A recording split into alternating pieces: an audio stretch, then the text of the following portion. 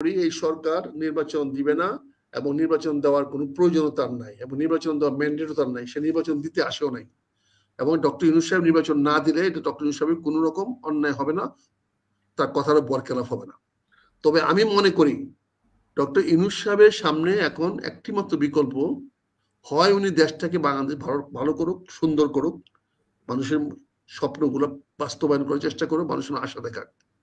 আর এই যদি করতে না পারে, উনি যত তাড়াতাড়ি যাবেন তত তাড়াতাড়ি বাংলাদেশের মঙ্গল হবে। আমরা আওয়ামী লীগের সঙ্গে ফাইট করেছি, 15 বছর লাগছে ফাইট করতে, ছাত্রদের নিয়ে আমরা জয়লাভ করেছি, ছাত্ররা আমাদেরকে সেই জয়ে সাহায্য করেছে, আমাদের পদাতিক বাহিনী ভালো কাজ করেছে, আমরা জয়লাভ করতে পেরেছি। আগামী দিনে যদি ডক্টর ইউনূস সাহেবের বিরুদ্ধে আমাদের রাস্তায় নামতে হয়, এটা হবে আমাদের চরম দুর্ভাগ্য, এটা হবে আমাদের জন্য আমাদের পরাজয়, আমাদের নৈতিক পরাজয় হবে, বিপ্লবের পরাজয় হবে। এটা সুযোগটা কিন্তু আওয়ামী লীগ নিবে। আমরা চাই না আজকে জামাতের সঙ্গে আমরা বিরোধ করতে চাই না, জামাত স্বাধীনতা বিরোধী জানি, তারপরে আমরা এখন জামাতের সঙ্গে বিরোধিতা করতে চাই না, কারণ এখন আমরা জামাতকে নিয়ে আমরা বাংলাদেশে করতে চাই। এখন আমরা স্বাধীনতার পক্ষে কে বিপক্ষে কে এই বিষয়টা নিয়ে এখন আমরা মাথা ঘামাচ্ছি না, এটা এখন আর সময় না, এখন সময় এমন জায়গায় আসছে।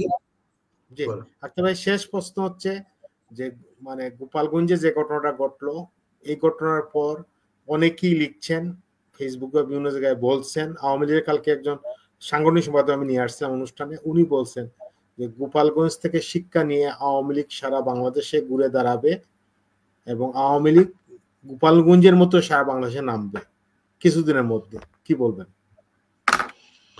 এটা তো আমি এক সপ্তাহ আগে আপনাকে বলছি, আলামত তো তৈরি করে দেওয়া হচ্ছে, আলামতগুলো সুযোগ তৈরি করে দেওয়া হবে, কারণ যাতে এখানে একটা শুনেন, আমরা 9 মাসের যুদ্ধের সময় কি হয়েছে, যুদ্ধের সমাপ্তিটা কি দিয়ে হয়েছে, ভারত যদি ইন্টারভেন না করতো তাহলে কি হতো? তা আমার তো মনে হয় যে 5ই আগস্টের আগে যে 3টা ঘটনা ঘটবে, একটি ঘটনা হবে এই সরকার, এই যে যারা কি বলে সংস্কার পার্টি বানাইছেন, এই সংস্কার যদি কি সংস্কার দিবে এটা জাতীয় উদ্গ্রীবে বসে আছে, এই সংস্কারই সরকারকে খাবে। এই সরকার ঘোষণা করার সঙ্গে সঙ্গে বাংলাদেশটা চরম বিদ্রোহ দেখা দেবে, যে সিস্টেম অনুযায়ী এটা চরম বিদ্রোহ দেখা দেবে। দ্বিতীয়ত, 5ই আগস্টকে যদি যথাযোগ্য মর্যাদা সহকারে পালন না করা হয়, মনে রাখবেন 5ই আগস্টে কিন্তু ডক্টর ইউনূস নাই, 5ই আগস্টের বিপ্লবী মানুষ, 5ই আগস্ট যারা নিহত হয়েছে আহত হয়েছে তাদের দিন, তাদেরকে বাদ দিয়ে যদি আপনি সরকারে কোনো কিছু দিতে চান, এই সরকার কিন্তু 5ই আগস্টের বিপ্লবের ফসল, তাদের কোনো ফসল না, তাদের কিছু না, তাদের কোনো কৃতিত্ব না, তাদের কোনো কর্ম না। কাজে 5ই আগস্ট যদি যথাযোগ্য মূল্যায়ন না করা হয়, যথাযোগ্য মর্যাদা না দেওয়া হয়, তাহলে জাতি আবার নতুন পথে হাঁটা শুরু করবে, আর সেই সুযোগটাই আওয়ামী লীগ নিবে। আমি আশ্চর্য হব না যদি আওয়ামী লীগ ওই 5ই আগস্টে একটা বিকল্প কোনো কর্মসূচি দিয়ে দেয় কিনা। আমি এখনো বিশ্বাস করি শেখ হাসিনা সেই গার্ডস রাখে। আমি হরতাল ডেকেছে গোপালগঞ্জে, হরতাল সারা বাংলায় 20 তারিখে, সারা বাংলাদেশে 20 তারিখে হরতাল ডেকেছে, সারা বাংলাদেশে আওয়ামী হরতাল ডেকেছে। কোন 20 তারিখে? গোপালগঞ্জের এই যে আমরা এই সামনে 20 তারিখ, আজকে 17 তারিখ, 20 তারিখে হরতাল। জি হরতাল আমি জানি না, হরতাল দেখে তো লাভ হবে না, সারা বাংলাদেশে হরতাল হবে না। তারপরে বলছি যে এই যে ডাকটা দিয়েছে তো শুরু হয়ে গেল, আমি তো বলছিলাম আপনাকে দিয়েছিলেন, এখন শুরু হয়ে গেল ঠিক। হ্যাঁ, এটা শুরু করে দিল, এখন এটা নিয়ে তো আবার ঘাত প্রতিঘাত হবে। একটা জিনিস মনে রাখেন, ঘাত যত খাই যাবেন ঘাত তত প্রকট হবে, হানাহানি কাটাকাটি মারামারি যত বেশি করবেন তত বেশি দেশ রোশানলে যাবে। এখন ছিল শান্তির প্রয়োজন, এখন ছিল সবাইকে মিলে আবার ডাক দেওয়া। এখানে যেটা ওই আমার এনসিবি লোকেরা যেটা উদার বক্তব্য দিতে পারতো গোপালগঞ্জে বা দাঁড়িয়ে, যেখানে তারা বলতে পারতো যে আমরা তো আন্দোলন করেছি আপনাদের গোপালগঞ্জের বিরুদ্ধে না, আমরা আন্দোলন করেছিলাম শেখ হাসিনার বিরুদ্ধে। শেখ হাসিনার বাড়ি গোপালগঞ্জে বলে আমরা দুঃখিত, আপনারা কষ্ট পেয়েছেন, কিন্তু আমাদের শেখ হাসিনাকে এই কারণে পতন করা ছাড়া কোনো পথ ছিল না, আমরা করেছি। আপনারা যদি তাতে কষ্ট পেয়ে থাকেন, আমরা আপনাদের কাছে গোপালগঞ্জবাসীর কাছে ক্ষমা চাচ্ছি। এতে কিচ্ছু আসতো না, কিছু হয়ে যেত না। গোপালগঞ্জবাসী তাতে এই প্রতিক্রিয়া দেখাইতো না যে এই প্রতিক্রিয়াটা দেখিয়েছে। আর যেখানে আজকে 20 তারিখে হরতাল ডাকার আহ্বান করে দিয়েছে, সেখানে কি করবে পুলিশ? তো কাউকে না গ্রেফতার করতে হবে। তো যত বেশি আওয়ামী লীগ গ্রেফতার হবে, তত বেশি আওয়ামী লীগ নেতা হবে।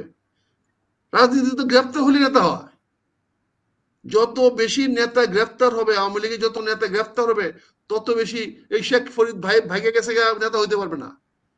কিন্তু গোপাল যারা জামালপুরে বসে আছে, যারা অ্যারেস্ট হবে, হয়তো 5 মাস 6 মাস 1 বছর 2 বছর জেল কাটতেও পারে, অসুবিধা নেই, 2 বছর কাটতে পারে যাবে।